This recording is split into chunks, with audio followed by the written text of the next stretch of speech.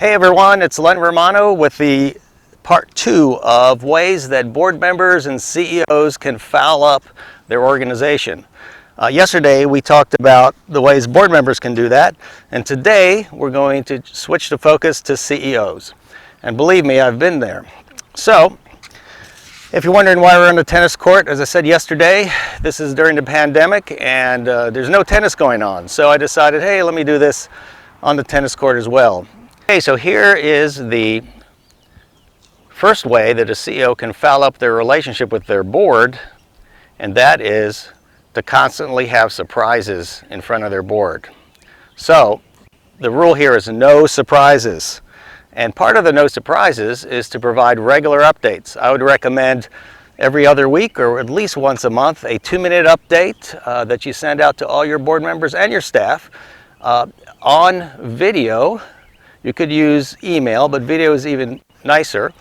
And you can't just communicate enough. So it's good to always update your board, and we'll talk a little bit later about what you might want to update them about. So let's do a drop shot for number 1. And that was a pretty good drop shot there. Number 2, focus on board development, or if you want to mess up your board, is to not focus on board development. And we talked yesterday about the fact that boards and board chairs need to really enforce terms of service.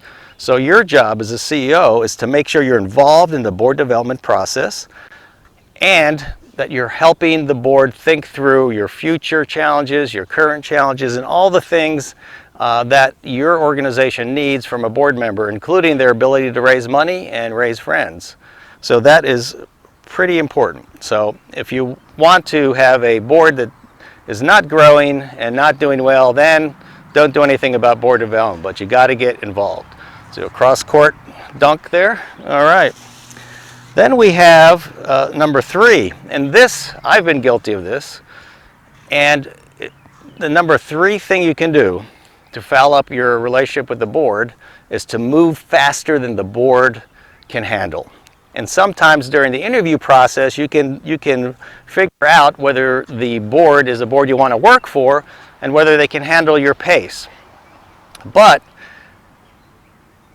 remember that most times when you're interviewing with a board, everyone wants their potential candidates to be on the move and assertive.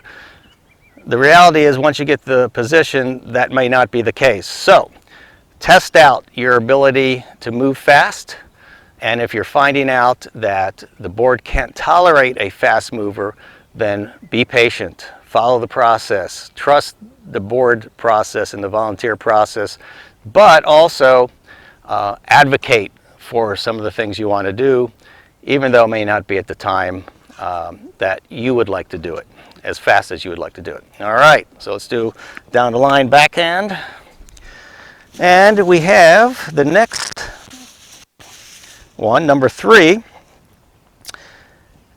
If you don't nurture your board, and that's the way you can foul up a board, then you aren't doing your job and helping them to do their job. So your job is to help nurture the board, and it's almost a full-time job to do that. It takes a lot of time, a lot of effort, but it really is a unique opportunity to get to know your board members better, to utilize the skills that they have because they came to you wanting to help and wanting to do good. So nurturing your board is a very important thing, but if you don't nurture your board, it's like an inside-out forehand and you lose the point. Let's see here. Number 5. Bring solutions is the thing to do. The thing not to do is to present problems to your board, because remember, you are the expert and your staff are the experts. So your job is to bring solutions. You do need to communicate. You need to communicate what those issues are that you're dealing with. There may be some expertise on the board that you can use as a sounding board, but remember, you're the expert. Your job is to bring solutions and not bring problems. Let's do a lob on that one. That looks pretty good. And I guess that was number 4, or was that number 5? No, that was number 5. So number 6 is, here it is, the 2 M's. What are the 2 M's? Mission, stories, and metrics. And this goes back to the idea of communicating. What you want to do is you want to make sure that your board, and your staff too, hear the stories, see the stories about the good work that your organization is doing to change the world. And it's so critical for them to see it, hear it, be there. Maybe you take a bus tour to your sites and locations. Maybe if you have a special scholarship program, the board members get involved in interviewing the potential recipients. But the idea here is you have to share those mission stories because that's why they got involved. Metrics and outcomes are 2 other things. Metrics, of course, are those financial areas that you're responsible for. So you need to make sure that that's in front of your board on a regular basis so that when you do come to your finance committee, your executive committee, your board meetings, they've already heard the story about where we are financially with your metrics. And don't forget outcomes. And remember, outcomes are different than outputs, but outcomes are the quantifiable ways that your organization is changing the world. How can you measure how you're changing the world? And by the way, I mentioned yesterday, during the performance review process, I failed to mention the idea that one of the items on that performance document should be the essential outcomes based on your mission statement. So make sure you're documenting your outcomes because that's what it's all about. In order to change the world, you have to prove that you're doing that. And the more outcomes you have, the more donors will flock your way because you are actually producing results.